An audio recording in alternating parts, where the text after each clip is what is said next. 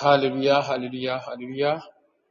Nous remercions le Seigneur Jésus-Christ de Nazareth pour cette grâce qu'il nous accorde. La Bible dit ceci, que en toutes circonstances, nous devons rendre gloire à Dieu.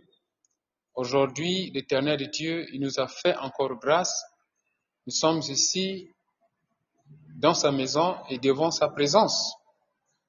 Nous remercions le Seigneur pour son amour et il nous a protégés tout le long de l'année 2024. Il reste quelques jours pour rentrer en 2025 et par sa grâce. Ce n'est pas par nos efforts, mais je vous assure, ma sœur, mon frère, c'est par la grâce de notre Seigneur Jésus-Christ. Il y a beaucoup de frères et sœurs qui n'ont pas pu voir le jour d'aujourd'hui, mais aujourd'hui, toi et moi, nous sommes vivants.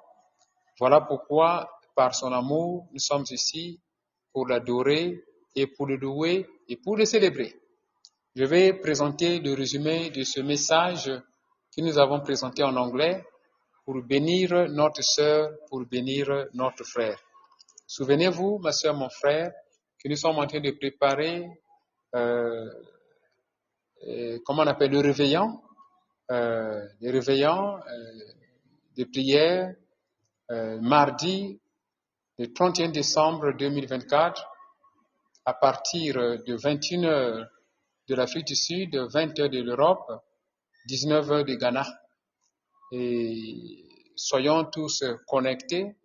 Même toi qui es en Europe, profite aussi de la bénédiction venant de ce ministère. Même si tu seras quelque part, mais n'oublie pas aussi que la bénédiction qui peut être prononcée par cet homme de Dieu qui est devant vous peut jouer aussi un grand rôle dans ta vie et pour l'année 2025. Nous bénissons le Seigneur pour toute personne qui a pensé à nous soutenir matériellement et financièrement.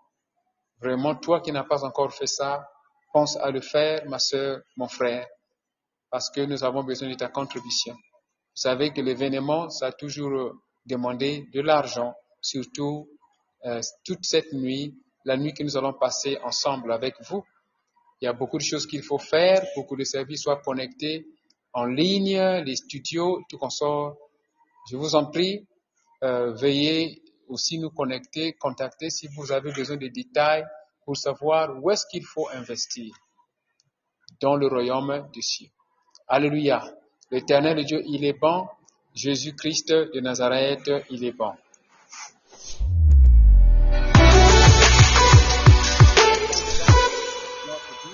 Nous allons prendre notre Bible. Hello, you are following healing sermons with Prenons donc notre Bible, nous allons lire la parole de Dieu.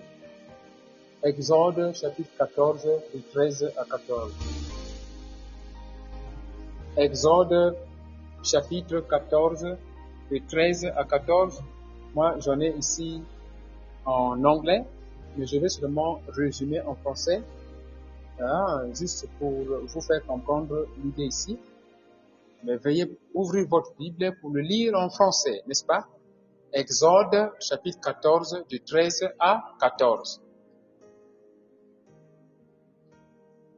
Nous avons lu ce verset biblique là où le prophète Moïse était avec les enfants d'Israël. Ils traversaient la mer Rouge. Ils étaient en train de quitter donc l'Égypte pour aller à la terre promise. Et ils se sont trouvés devant un obstacle, la mer Rouge. Ils se sont trouvés devant un obstacle, la mer Rouge. C'est là où ils étaient. Donc, c'est là où maintenant le prophète Moïse est en train de lire, de leur dire. C'est ce qui est écrit ici dans Exode 14, de 13 à 14. Les enfants d'Israël s'inquiétaient. Ils disaient que Moïse, on va mourir. Pourquoi tu nous as amenés ici? Il fallait nous laisser seulement là-bas en Égypte. Mais tu nous as fait sortir de l'Égypte juste pour se rendre compte qu'on serait bientôt tué par l'armée de l'Égypte. Vous voyez, ils étaient là derrière eux et ils se plaignaient. C'est comme toi et moi, on se plaint à tout moment. On peut avoir une situation, Dieu nous a fait une promesse. Et lorsqu'on se trouve devant un obstacle, on a comme l'impression que la promesse là ne va pas se réaliser. Dieu nous a promis la grandeur.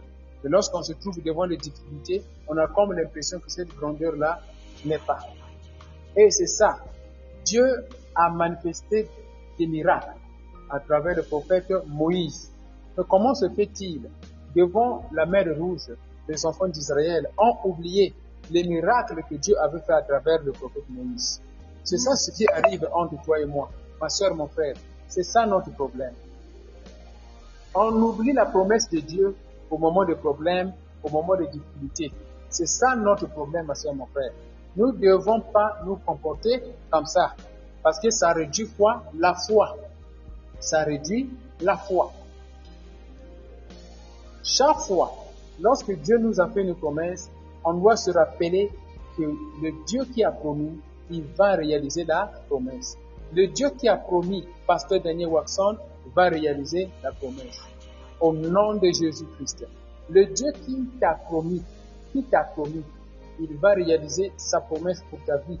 Au nom de Jésus-Christ. Dis Amen. C'est très important, ma soeur, mon frère. Exode 14, de 13 à 14. Les enfants d'Israël ont oublié la promesse que Dieu avait faite. Que je vous amène à la terre promise. C'est la promesse de Dieu. Mais devant la mer Rouge, les enfants d'Israël ont oublié cette promesse-là. C'était comme donc Dieu avait menti. C'est ce qui nous arrive, ma soeur, mon frère. Que Dieu nous aide. Que Dieu nous aide. Mais ce qui est bien ici, Dieu envoya le prophète. Le prophète Moïse est ici et il dit dans Exode 14, de 13 à 14, que ne vous en faites pas, ne craignez pas, n'ayez pas peur, restez ferme, et vous allez voir la délivrance que le Seigneur a préparée pour vous aujourd'hui. Tel que maintenant on entend ce message, il y a la délivrance qui se passe dans ma vie, dans ta vie, dans notre vie, au nom de Jésus. Dis un grand Amen. C'est très important, ma soeur, mon frère, de comprendre que Moïse avait motivé les enfants de Dieu. Je suis ici pour motiver quelqu'un. Je suis ici pour te motiver, ma soeur, mon frère. Moïse avait motivé les enfants de Dieu. Il a dit, restez calme, croyez en Dieu, restez calme, croyez en Dieu. Aujourd'hui, vous allez voir la délivrance que Dieu a préparée pour vous. Les Égyptiens que vous voyez aujourd'hui, vous n'allez plus les voir parce que Moïse savait qu'ils vont mourir. Que nos ennemis meurent au nom de Jésus-Christ. Que les esprits de fétiche, les esprits de revers, les esprits de malédiction, les esprits de mari de nuit, de femme de nuit, les esprits de coutume, des défunts parents, les esprits de frustration, des songi, des gossip, des calomnies, que tous ces esprits-là puissent mourir avec leurs agents au nom puissant de Jésus-Christ de Nazareth. Dis Amen. C'est très important de comprendre. Moïse a dit, ne craignez pas. Aujourd'hui, vous allez voir la délivrance que Dieu a préparée pour vous. Et les Égyptiens que vous voyez aujourd'hui, vous n'allez plus les voir. Vous n'allez plus les voir. L'Éternel Dieu va combattre votre cause. Et il va combattre pour vous. Que l'Éternel Dieu puisse combattre pour nous. Qu'il puisse combattre pour nous au nom de Jésus-Christ. Dis Amen. Le titre de mon message, ma soeur, mon frère, c'est, en anglais, c'est The Spiritual Exodus Movement, c'est-à-dire le mouvement spirituel exode. Écrivez ça, le mouvement spirituel exode. Le mouvement spirituel exode. Ça, c'est le titre de mon message. Le mouvement spirituel exode. Quelqu'un se pose la question, c'est quoi c'est le mouvement spirituel exode? Dans l'ancienne alliance, Moïse a fait sortir les enfants d'Israël. Exode ici veut dire un déplacement massif. un déplacement massif d'un peuple. Ici, nous parlons des enfants d'Israël qui se sont déplacés massivement de l'Égypte vers la terre promise. Donc, du point A vers le point B. Mais nous devons comprendre ici le mouvement spirituel exode, comme exode, c'est un déplacement massif des enfants de Dieu, donc l'Israël ici, qui était dans un mouvement d'exode, déplacement massif des enfants de Dieu vers la terre promise, du point A vers le point B. Massif. Ça, c'était physique. Les enfants d'Israël ont quitté l'Égypte massivement. C'est ça l'exode. C'est un mouvement, un déplacement. Alors, lorsqu'ils se sont déplacés, ils sont arrivés à la mer Rouge qui était un obstacle. La mer Rouge devient ici l'ennemi, l'obstacle. C'est comme toi et moi. On veut atteindre ce projet. On veut arriver à ce point. Mais avant d'arriver, on est devant un obstacle. L'obstacle là, ça devient l'ennemi. Mais cet ennemi-là, dans le cadre de Dieu, il nous aide. Dieu utilise cet ennemi pour évaluer notre foi. Vous voyez, Dieu utilise cet ennemi-là pour évaluer notre foi. Les enfants d'Israël étaient devant la mer Rouge. La mer Rouge devient un obstacle. Mais la mer Rouge devient l'élément d'évaluation de la foi des enfants d'Israël.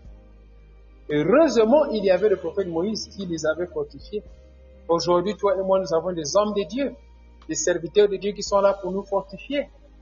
Nous devons nous fortifier les uns et les autres. Lorsque notre foi est en train d'être balancée, quelqu'un viendra pour dire, non, pasteur Daniel, Watson, tiens-toi fort. Ma soeur, mon frère, tiens-toi fort. Parce que Dieu ne ment pas. Bientôt, cet obstacle-là va quitter. Tu vas maintenant sourire. Tout sera bien. Alors, l'obstacle-là devient seulement un élément d'évaluation de notre foi. Tu ne peux pas dire aujourd'hui que toi, tu as la foi au moment où tout va bien. Non, je vous dis la vérité, non. Au moment où tout va bien, tu as l'argent, tu as le travail, tu as les affaires, tu travailles, tu sais comment tu trouves l'argent, tu vas au travail, tu vends, tu as l'argent, tu fais ceci, tu vas au travail, on te paie le salaire chaque fin du mois, tu sais que chaque fin du mois, il y aura le salaire. Et puis tu dis que tu as la foi. Non, la foi ne se détermine pas par là. La vraie foi se détermine quand tu es maintenant dans les problèmes. C'est là où la foi est évaluée. C'est pas que chaque fin du mois tu travailles et tu sais que tu as un salaire. La foi n'est plus là. Ça, c'est pas la foi. Ça, tu as déjà la chose de Dieu par la grâce. Tu as déjà la bénédiction de Dieu par la grâce. Mais la foi ne se justifie pas par ça. Parce que ça, c'est des choses qui se répètent. Tu sais que ça se répète. Tu sais, si je travaille, on me paie le salaire. Tu sais, la foi n'est pas là. La foi se détermine lorsque tu es dans une situation, devant un obstacle. C'est là où maintenant on évalue la foi de quelqu'un. Job, dans la Bible, avait la foi en Dieu. Mais l'évaluation de cette foi, c'était lorsqu'il avait reçu l'attaque. Dieu a dit au diable, va attaquer Job. Moi je crois, il va se tenir ferme. Le diable disait que non, si je l'attaque, Job va tomber. Mais Dieu savait que Job ne va pas tomber. Parce que il sait qu'il aime l'Éternel. Pendant les problèmes, pendant la situation, il sait que Job ne va pas tomber. Sa foi sera toujours là. Donc, pour savoir que tu as la foi, il faut passer une période de problèmes, une période de difficultés. C'est là où la foi va s'exprimer. C'est là où il faut savoir comment tu es en train de prier. Dans ton cœur, tu penses comment? Tes pensées sont comment? Est-ce que tu es négative? C'est très important, ma soeur, mon frère. Les enfants d'Israël se trouvent ici devant un obstacle. La mer Rouge. Mais cet obstacle-là, ma soeur, mon frère, ça évalue. Ça évalue quoi? Ça évalue la foi des enfants d'Israël. Heureusement, Moïse était là, le prophète, qui les avait fortifiés. Ne vous en faites pas, Exode 14, de 13 à 14. Dieu va vous délivrer aujourd'hui. Les Égyptiens que vous voyez aujourd'hui, vous n'allez plus les voir. Donc, on comprend bien que aujourd'hui, Dieu est en train de nous présenter ce message pour nous fortifier. Pour nous fortifier. On est en train de rentrer dans l'année 2025. L'année 2024 n'est pas encore terminée. Il reste quelques jours. Et par la grâce de Dieu, on va arriver bientôt, le 31 décembre, on va célébrer le réveillon. On va célébrer Jésus-Christ qui nous a gardés, n'est-ce pas? Mais considérons ici comme un mouvement. 2024-2025. On est en 2024, on est en train de marcher vers 2025. C'est un mouvement d'exode. Nous tous, nous rentrons spirituellement dans une nouvelle année. Physiquement, apparemment, tu vois que les choses ne bougent pas. Ta maison sera la même. Ton mari est là, ta femme est là, les enfants sont là, la maison, la position de la maison, c'est la même. Rien ne change. Physiquement, rien ne change. Mais spirituellement, si tu n'es pas connecté avec Dieu, spirituellement, il n'y aura aucun changement. Physiquement, apparemment, tout ne change pas, n'est-ce pas? Mais il faut désirer un changement spirituel. Le changement spirituel, ma soeur, mon frère, c'est lorsque tu es connecté avec Dieu. Tu es humble. Tu reconnais Dieu de ce qu'il a fait en 2024 et tu lui présentes ce que tu n'as pas pu faire en 2024, mais que tu voulais faire. Et tu lui présentes ton projet pour l'année 2025, que ce soit dans sa main. Proverbe chapitre 3. Proverbe chapitre 3 de 5 à 6. On doit soumettre nos projets à l'Éternel. Voilà pourquoi il est important qu'on se retrouve le 31 décembre pour qu'on puisse faire des déclarations, prier ensemble, ma soeur, mon frère. Il y a un mouvement spirituel qui se fait. 2024, de l'année 2024 vers l'année 2025, il y a un mouvement spirituel qui se fait. Physiquement, apparemment, il n'y a pas de mouvement. Parce que tu as les mêmes choses, tu as le même travail, tu as le même mari, tu as la même femme, tu as les mêmes enfants. Il n'y a pas un mouvement. Physiquement, il n'y a pas un mouvement. Voilà pourquoi nous parlons du mouvement spirituel exode. C'est un mouvement spirituel que toi et moi nous devons désirer. Nous devons rentrer dans le convoi. Nous devons rentrer dans le groupe de mouvement. Parce que c'est un exode, un mouvement global, un mouvement massif. De 2024 vers 2025. C'est un mouvement massif. C'est spirituel ce mouvement-là. Maintenant, dans ce mouvement-là, qu'est-ce qui se passe, ma soeur, mon frère? Dans ce mouvement, il y a des gens qui vont rentrer en 2025 avec leur mari, avec leurs femmes, avec leurs enfants, avec leurs voitures, avec leurs parcelles, avec tout et tout et tout et tout. Ok? Mais d'autres personnes, ils peuvent rentrer en 2025, quelque chose manque, quelque chose reste en 2024. Je ne sais pas quelqu'un comprend ça. Quelque chose reste en 2024. Que tout ce qui nous appartient rentre avec nous en 2025 au nom de Jésus-Christ. Dis Amen. Tes enfants, ton mariage, ta famille, tes affaires, ton corps, ton âme, ton esprit, que tout rentre en 2025. Seigneur Dieu, accorde-moi la grâce que je rentre en 2025 avec mon corps, avec mon âme, avec mon esprit, avec tout ce qui m'appartient, ma famille, mes enfants, au nom de Jésus-Christ de Nazareth, mon mariage, le ministère, que nous rentrons, nous tous, en 2025 pour te louer, pour t'adorer, pour te témoigner, pour te célébrer, au nom de Jésus-Christ de Nazareth, au nom de Jésus-Christ de Nazareth. Amen. Et regarde, les enfants d'Israël, quand ils ont quitté l'Égypte, ils avaient pris tout. Ils n'avaient rien laissé. La Bible dit, ils n'avaient rien laissé. Mais écoute, Pharaon, qui représente l'ennemi, voulait que certaines choses restent. Ça, c'est ce que le diable fait. Si le diable, il n'a pas pu nous tuer en 2024, son désir sera de tuer, d'arrêter certaines choses qui nous appartiennent. Comprenez ça bien. Si le diable n'a pas pu nous tuer en 2024, son désir sera de tuer ou d'arrêter quelque chose qui nous appartient. Pharaon voulait que certaines choses des enfants d'Israël puissent rester.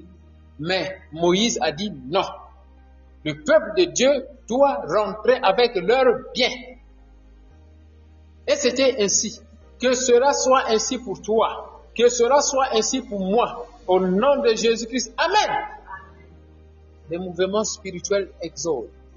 Nous rentrons dans une nouvelle année 2025 par la grâce de Dieu.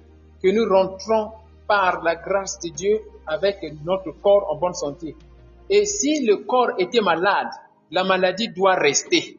Parce que les enfants d'Israël n'ont pas amené les mauvaises choses.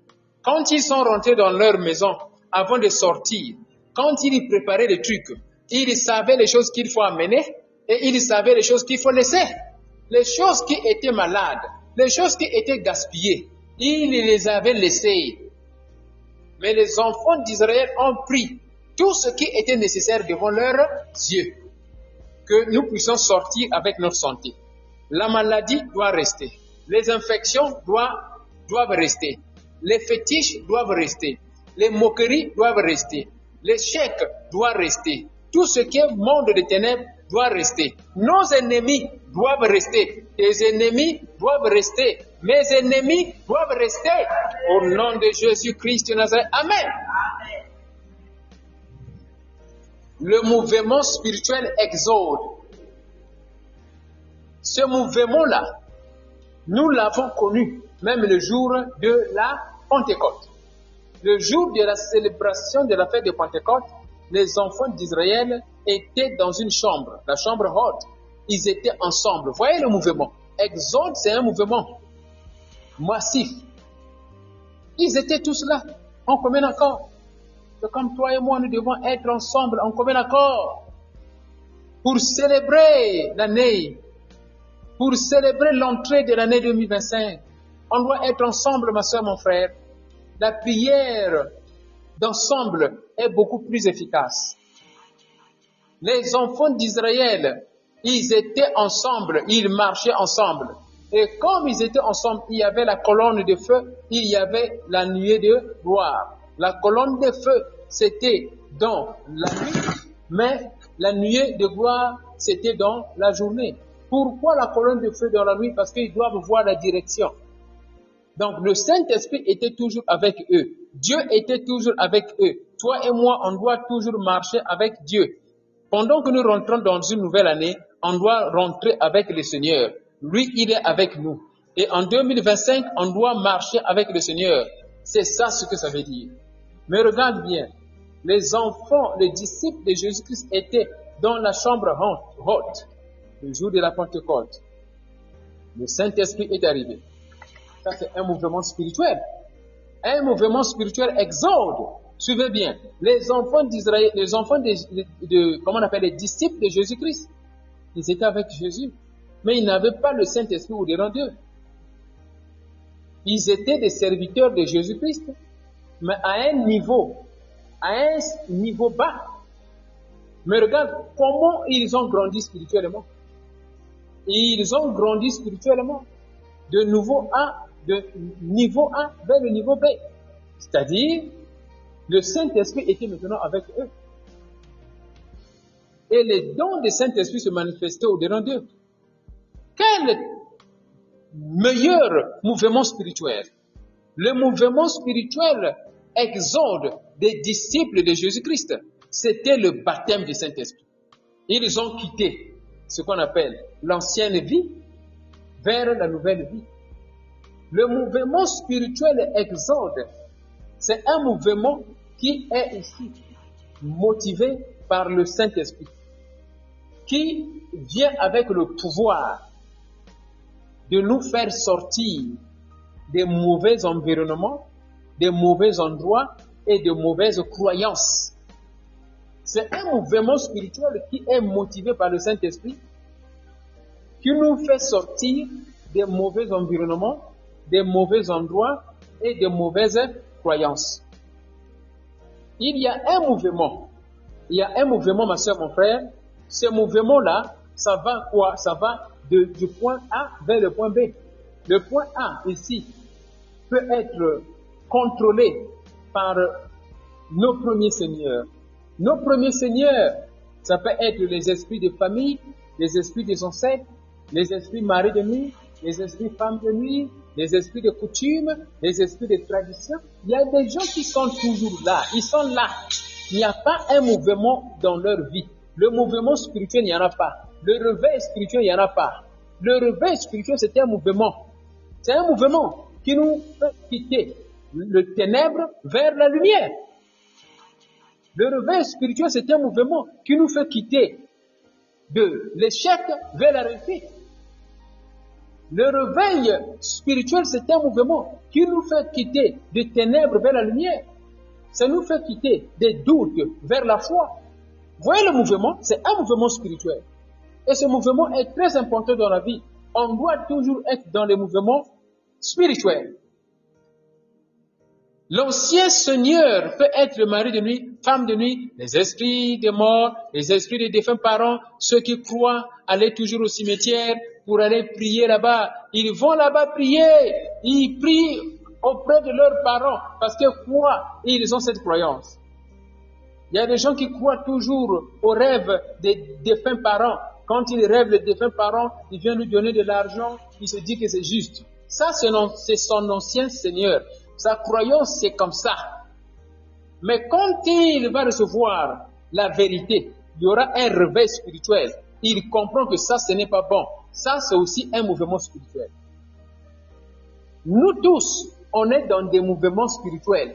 Chaque fois, Dieu nous amène d'un point à un autre. Voilà pourquoi on grandit dans la foi. On grandit dans la connaissance biblique. Du jour au jour, on comprend que ça, c'est pas bon. Ça, je le faisais avant, mais ce n'était pas bon. Maintenant, j'ai compris, c'est bon. On grandit. C'est un mouvement. C'est un mouvement. C'est un mouvement. Les disciples de Jésus-Christ, ils étaient dans un mouvement exode. Et ça s'est passé rapidement. Tout le monde, tous les disciples avaient changé. Les gens avant les voyaient ordinaires. Mais quand ils ont été baptisés du Saint-Esprit, ils étaient maintenant extraordinaires. Ils présentaient maintenant quelque chose de nouveau. Le Saint-Esprit qui se manifestait à travers les dons du Saint-Esprit. C'est un mouvement spirituel. C'est un mouvement spirituel. Toi et moi, on doit désirer le mouvement spirituel. Jésus-Christ est venu pour nous faire sortir des ténèbres, pour nous délivrer et nous donner la vie en abondance. C'est un mouvement spirituel. Nous quittons d'un point de ténèbres vers le point de lumière. Nous quittons d'un point de doute, de frustration, vers le point de foi, de croyance, de certitude. C'est un mouvement spirituel. Tu peux développer ça, ma soeur, mon frère. Comprends ça très bien. Maintenant, nous sommes en train de rentrer en 2025. Pour que tu puisses comprendre cela, qu'il y a un mouvement spirituel, il faut comprendre ce message.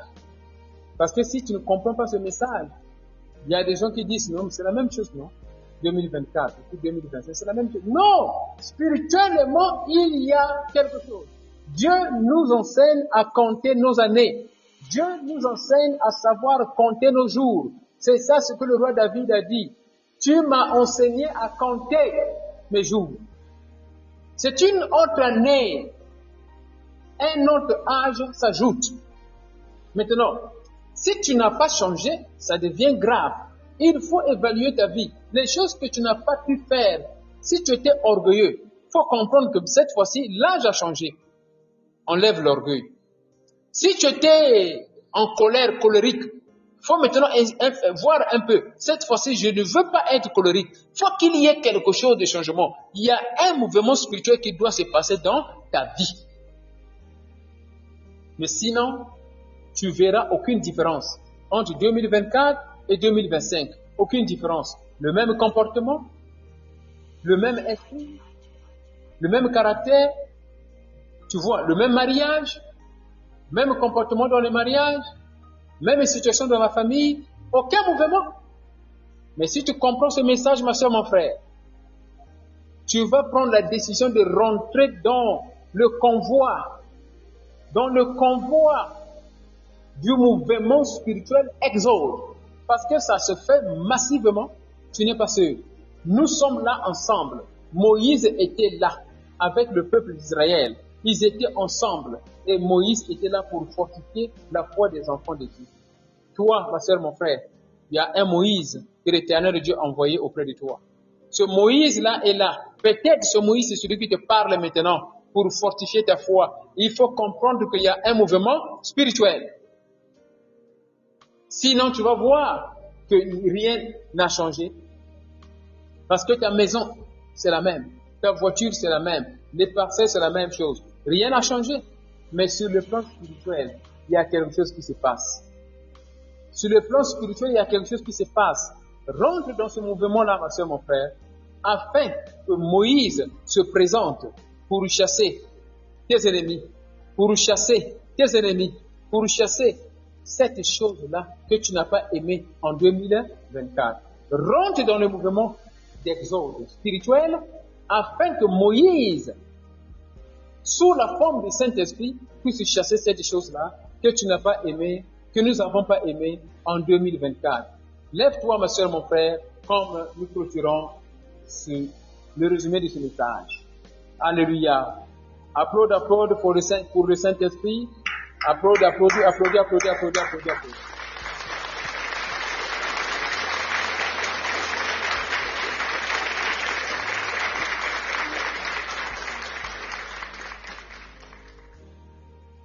Ma soeur, mon frère, ça c'est très important. Jésus-Christ de Nazareth, lui, il nous aime. Il nous aime. Voilà pourquoi il nous apporte sa parole. Les enfants d'Israël avaient des situations. Ils ont crié auprès du Seigneur. Et Dieu envoya sa parole. Et cette parole avait dit, la parole d'aujourd'hui guérit mon âme. Ça guérit ton âme. Toi qui crois, toi qui es humble, toi qui es obéissant à la parole de Dieu. Sois béni, ma soeur, mon frère, au nom de Jésus-Christ. Alors, comme nous avons fait cette introduction, n'oublie pas, ma soeur, mon frère, de nous joindre ou d'être avec nous le 31 décembre à partir de 21h de l'Afrique du Sud, 20h de l'Europe, 19h de Ghana. On sera dans cet endroit, ici, et pour célébrer Jésus-Christ et faire des déclarations de délivrance pour notre vie, afin que nous rentrions en 2025 avec tous nos biens, les biens que Dieu avait préparés pour nous, que nous n'avons même pas pu bien voir en 2024. Dieu est capable de nous les montrer en 2025. Il suffit seulement dans la foi qu'on puisse déclarer que mes biens doivent rentrer avec moi en 2025. Mon mariage doit rentrer avec moi en 2025. Mes enfants doivent rentrer avec moi en 2025. Les grossesses que Dieu avait déjà préparées pour moi pour avoir des enfants doivent rentrer avec moi en 2025. Parce que le plan du diable, c'est quoi? Il veut que toi et moi, quand on rentre en 2025, on va crier « Bonne année, bonne année, bonne année ». Mais en même temps, lui, il a confisqué la bénédiction. Il a confisqué le destin. Il a confisqué le mariage. Il a confisqué les visas. Il a confisqué la santé. Et on rentre dans une nouvelle année avec des problèmes, avec des maladies, avec des soucis. Vous voyez pas que ça ne marche pas. Il faut comprendre que les enfants d'Israël avaient pris tous leurs biens destinés à eux. Et ils ont quitté l'Égypte. Ils ont quitté l'Égypte. Ils ont quitté les esprits des ancêtres. Ils ont quitté les esprits de Sangoma. Ils ont quitté les esprits de coutume. Ils ont quitté les esprits de mari de nuit. Ils ont quitté les esprits femmes de nuit. Et ils sont rentrés avec leurs meilleurs maris, avec leurs enfants, avec leurs femmes, avec leurs travail. Vous voyez pas comment j'explique ça prophétiquement? C'est ça ce que ça veut dire. Nous devons rentrer dans la nouvelle année avec tous nos biens. Alors, retrouvons-nous, s'il vous plaît, le 31 décembre, dans cet endroit ici. Même toi qui es en Europe, en Amérique, en Afrique, en Asie, le Saint-Esprit n'a pas d'obstacle. Vous allez bénéficier des déclarations prophétiques que nous ferons par la grâce de Dieu. Que Dieu puisse nous aider, qu'il nous garde encore, parce que nous allons le célébrer en 2025, au nom de Jésus-Christ de Nazareth. Amen. Présente, soulève ta voix, ta main droite, et comme nous prions, tu dis, Seigneur Dieu, présente mon Moïse. Présente mon Moïse devant moi, pour déclarer la guérison, pour déclarer la délivrance, pour déclarer la santé, pour déclarer la bénédiction et pour faire tuer mes ennemis. Au nom de Jésus-Christ, commence à prier comme cela. Présente mon Moïse, comme ce que tu avais fait aux enfants d'Israël, qui avaient déclaré, les Égyptiens que vous voyez maintenant, vous n'allez plus les voir. Moi, je veux mon Moïse, qui va prononcer cette parole-là, cette même parole, qui va tuer mes ennemis, qui va tuer mes ennemis, qui va tuer les jaloux, qui va tuer les fétiches, qui va tuer les mauvais esprits. Et au nom de Jésus-Christ, prie. Seigneur Dieu, j'ai besoin de mon Moïse à moi. Présente ce Moïse devant moi pour déclarer la victoire, pour déclarer la réussite, pour déclarer la santé, pour déclarer la guérison, pour déclarer le voyage, pour déclarer la croissance dans le mariage, la croissance dans le ministère, la croissance dans les affaires, la croissance dans les affaires, la croissance dans la famille, la croissance dans la famille, la croissance dans mon corps, dans mon âme, dans mon esprit. Papa, j'ai besoin de Moïse, le Moïse de ma vie, le Moïse de ma vie, le Moïse de ma vie, pour déclarer en ma faveur et pour déclarer contre l'Égyptien, contre l'Égypte, pour déclarer contre mes ennemis, au nom de Jésus-Christ de Nazareth. Amen. Que tes ennemis, toi qui as prié, tombent dans la mer Rouge. Que mes ennemis tombent dans la mer Rouge. Seigneur Dieu, fais tomber mes ennemis dans la mer Rouge. Au nom de Jésus, je suis en train de traverser. Je traverse la mer Rouge. Je traverse la mer Rouge. Et très bientôt, je serai de l'autre côté de la rive en 2025 par ta grâce, par ta faveur, par ta miséricorde, je suis en train de traverser. Je traverse par la foi. Je traverse par la foi. Je traverse par la foi. Je traverse par la foi. La mer Rouge, je suis en train de traverser. Moi, je traverse. Moi, je traverse. Et je me trouve de l'autre côté par la foi. Je suis de l'autre côté. 2025, avec mes biens, avec ma santé, avec la guérison, la prospérité, avec l'honneur, avec la grâce, avec la faveur. Je suis de l'autre côté. Au nom de Jésus-Christ de Nazareth. Amen. Acclame, acclame, acclame, acclame pour le Seigneur Jésus. Acclame, acclame, acclame. Alléluia, alléluia, alléluia, alléluia, alléluia, alléluia, alléluia, alléluia. Merci Seigneur Jésus, merci.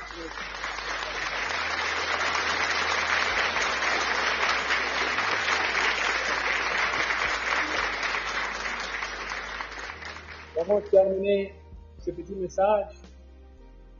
Que l'Éternel te bénisse. On va se retrouver donc dans cet endroit le 31 décembre.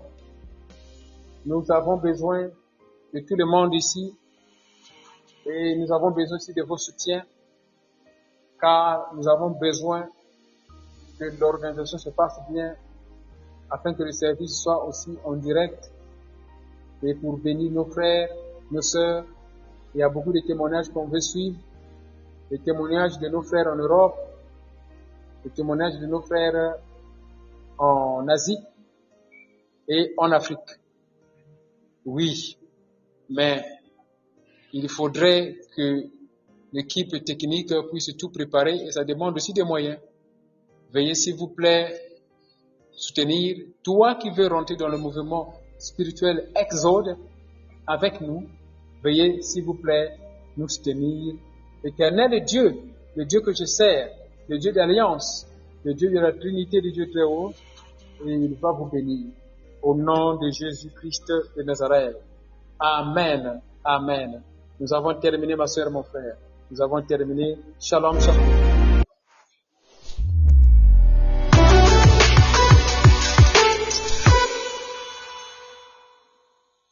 Hello, you are following Healing Sermons with Pastor Daniel and Trinity of the Most High God. Stay connected. Vous suivez des sermons de guérison avec le pasteur Daniel. Connectez-vous maintenant au nom de Jésus-Christ. L'orientation prophétique en ligne est un service prophétique où le Saint-Esprit utilise le pasteur Daniel Waxon par la grâce de Jésus-Christ pour guider les enfants de Dieu. Vous entrez dans notre studio face à face avec l'homme de Dieu pour des prières d'orientation et de délivrance. Rendez-vous sur notre site www.jesuschristthehealer.com pour vous inscrire. N'oubliez pas que la distance n'est pas un obstacle. Jésus-Christ vous aime. Rejoignez notre studio sans rien installer. À très bientôt.